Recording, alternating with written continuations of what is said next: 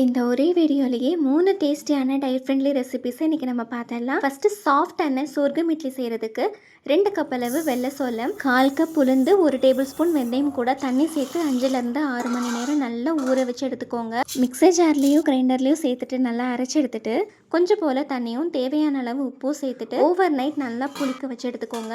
இதில் நீங்கள் இட்லி, தோசை எது வேணாலும் செய்யலாங்க.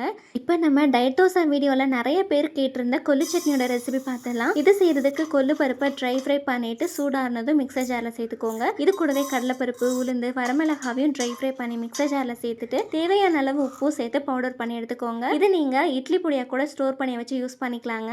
இப்போ பேனில் கொஞ்சம் போல் ஆயில் சேர்த்துட்டு அதில் பூண்டு, வெங்காயம், தக்காளி, புளி கூட சேர்த்து நல்லா ஃப்ரை பண்ணிவிட்டு பவுடர் பண்ண கொள்ளு கூட சேர்த்து அரைச்சிட்டு நல்லா சூடாக இருக்கிற இட்லி கூட வச்சு சாப்பிட்டு பாருங்கள். வேறு லெவல் டேஸ்ட்டாக இருக்கும். நம்ம இப்போ டயட் ஃபுட் தான் சாப்பிட்ருக்கோமான நீங்களே ஆச்சரியப்படுவீங்க. இந்த மாதிரி ரெசிபிஸை மிஸ் பண்ணாமல் பார்க்குறதுக்கு பேஜை ஃபாலோ பண்ணிக்கோங்க.